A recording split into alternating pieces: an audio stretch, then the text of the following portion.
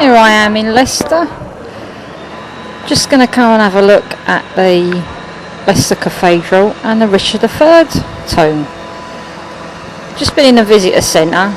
It's not too bad, it's alright. They got, what I went in there for was the head, the reconstruction of Richard III. And I haven't filmed it in there because it's all very quiet. But I took a picture of it, so I'm going to upload that on the vlog. Yeah, so okay, this is Leicester Cathedral. I made it up here on a train. I didn't drive up here. I've got a right old banger of a car. I don't think it'll make it there and back. Yeah, I left London, it was blue skies, sunny, apparently it's going to be 20 degrees, and then I looked at the BBC and it said Leicester's going to be 11 degrees and pouring with rain. Oh great, but there you go, never mind. I'm glad I bought my big coat because like, it's raining and it's colder, it's a lot colder up here than it is in London, yeah. So yeah, I'm glad I bought my big coat, but as in the usual tradition of me filming these vlogs, there's a whole heap of scaffolding in front of something, always the way. Whenever I go and film anything, it's always got building work going on or scaffolding. But yeah, that's Leicester Cathedral, and I'm going to go in there and I'm going to have a look at the tomb. Yeah. Right, so here it is, this is it. This is Richard III's resting place, where they reburied his remains after they were dug up in the car park just over the road from here. Yeah, I've just been to the Richard III Centre, had a look around. I didn't film in there, it was a bit quiet, but I don't want to talk too loud because it's apparently there's a religious service or something going on in the next thing over there, so, and it's all very quiet in here. Yeah, okay, so I'm just gonna go in there, film it a bit closer. Yeah, it's very small in here. I thought it'd be a bit bigger. Blimey.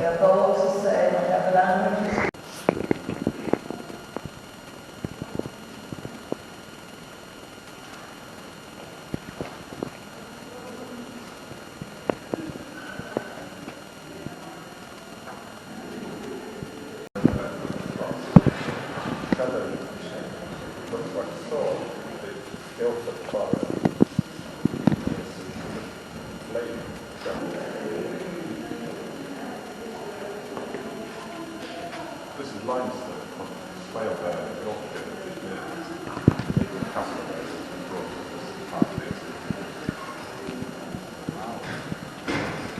This is Leicester as well, but it's coming from Kilkenny.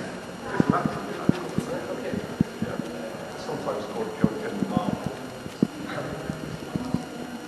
Leicester's the twin Kilkenny.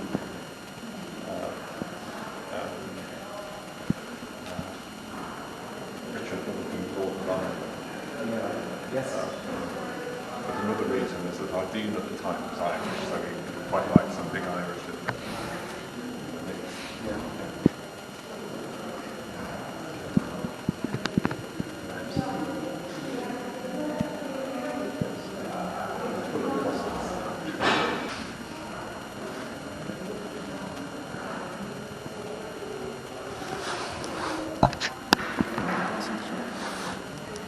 Apparently you're allowed to touch it.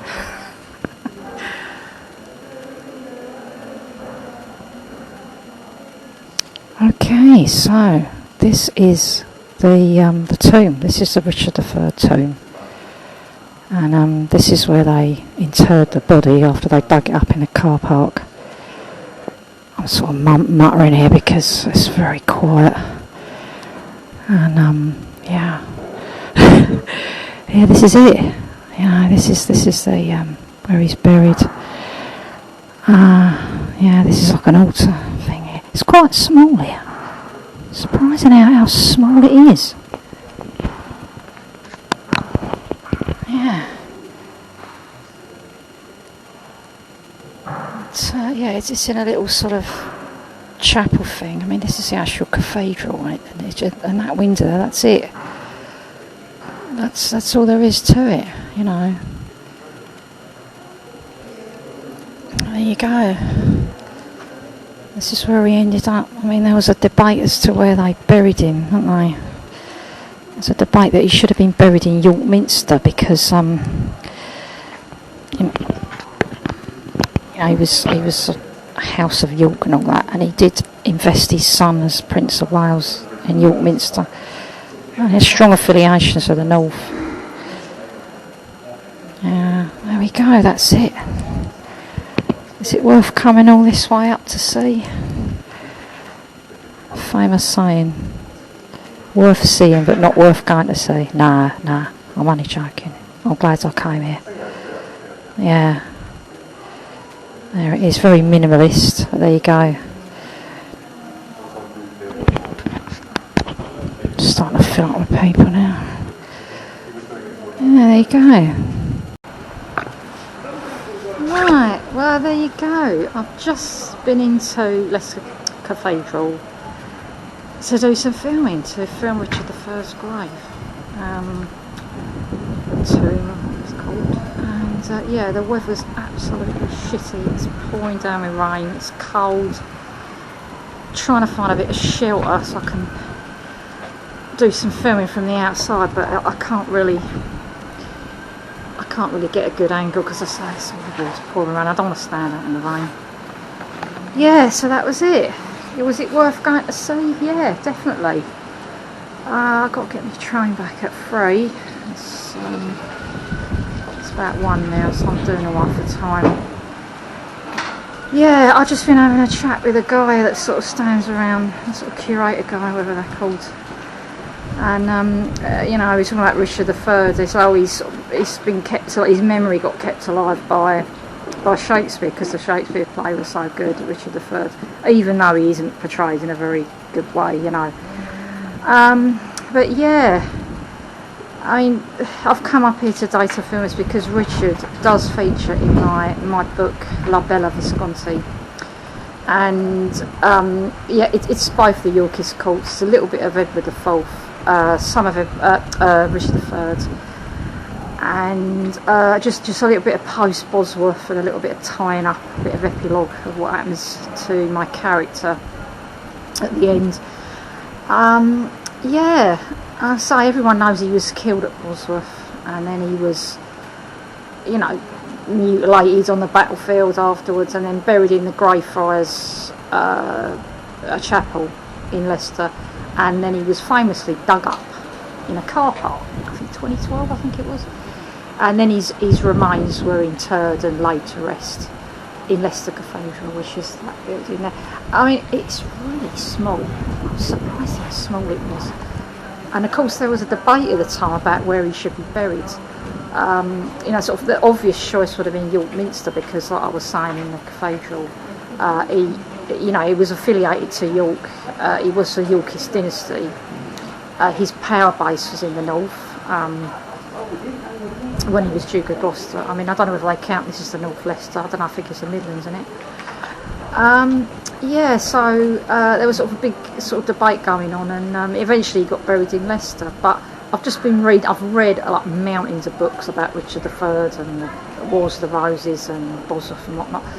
And he had his son Edward of Midland invested as Prince of Wales in York Minster. Yeah, so I don't know. I think I'd probably prefer it to be there, but it's too late now, and they're not going to dig him up again, move him again. But yeah, there's the debate about was he good or bad? Was he a good guy or bad guy? You know, it all depends which side of the.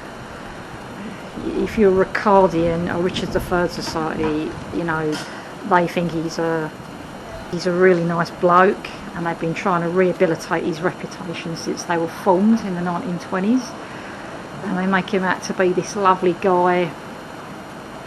You know, he wouldn't hurt anyone, he didn't kill the nephews. I mean, you know, I've read so many books about the Princess of the Tower, and all you can do is look at the evidence that's available. Because don't forget that happened like 600, 700 years ago. And no one's going to know exactly what happened and who did what and who was where. But, you know, the evidence is that Richard and Buckingham were both responsible for murdering the two princes in the Tower. They were the two guys in charge at the time. They'd made a bid for power. Richard had made a bid for power. They wanted to do away with the Woodvilles and all their influence. And, you know, I think they sort of, there was no mediating voice. They got rid of Hastings. And I think they just, you know, he was making a bid for power and they were in the way, and I think they both egged each other on. And, you know, when you've got no sort of voice of reason saying, oh, you know, should you really be doing that? You know, it sort of reinforces whatever you're thinking of doing, doesn't it? I mean, obviously they didn't physically do it themselves. They had henchmen and sort of, you know, underlings to do all that, didn't they? So yeah, I think he did do away with them. I mean, if he didn't and they disappeared, why didn't he order an investigation? No, and you just can't really judge it by today's standards. I mean, all right, no one, even back then, murdering your nephews was pretty awful. But you got to look at it in the context of the time. They were pretty brutal times, you know. And even though they had a human being, the way the human brain works is the same as it does now that it did back then, even though they had a different outlook on life and a different mindset and different belief system to what we have now. The human brain works the same way, you know, and I think, you know, he made a bid for power, he went for it, he got it, it didn't last long, only a couple of years. I mean, it's like even at Bosworth, when he realised he was losing the battle, he charged in, didn't he? He charged into the battle and he gave it some, he gave it his all. Didn't work out for him, you know. But even his enemies and his detractors afterwards all said he went down fighting courageously. He didn't run away, he didn't flee the battle, he just got stuck in and he gave it some, and that didn't pay off. But, I mean, those were the times, that's what they did, you know. Yeah, anyway, that's my little sort of summing up of how I think it all went down. So I've read mountains of books about it, and I think Alison Weir's, she's probably got to be the most balanced, and she comes to the conclusion at the end. Even we will never know, you know, but the likelihood is it was Richard and Buckingham, and they sort of plotted their murders both together. Yeah. Yeah, so one of the big what ifs of history. Why didn't he just support the nephew and let the nephew come to the throne? But I think he feared the Woodvilles. He feared that he'd fall from power because of the Woodvilles, who he didn't get on with. Yeah, but there we go. That's it.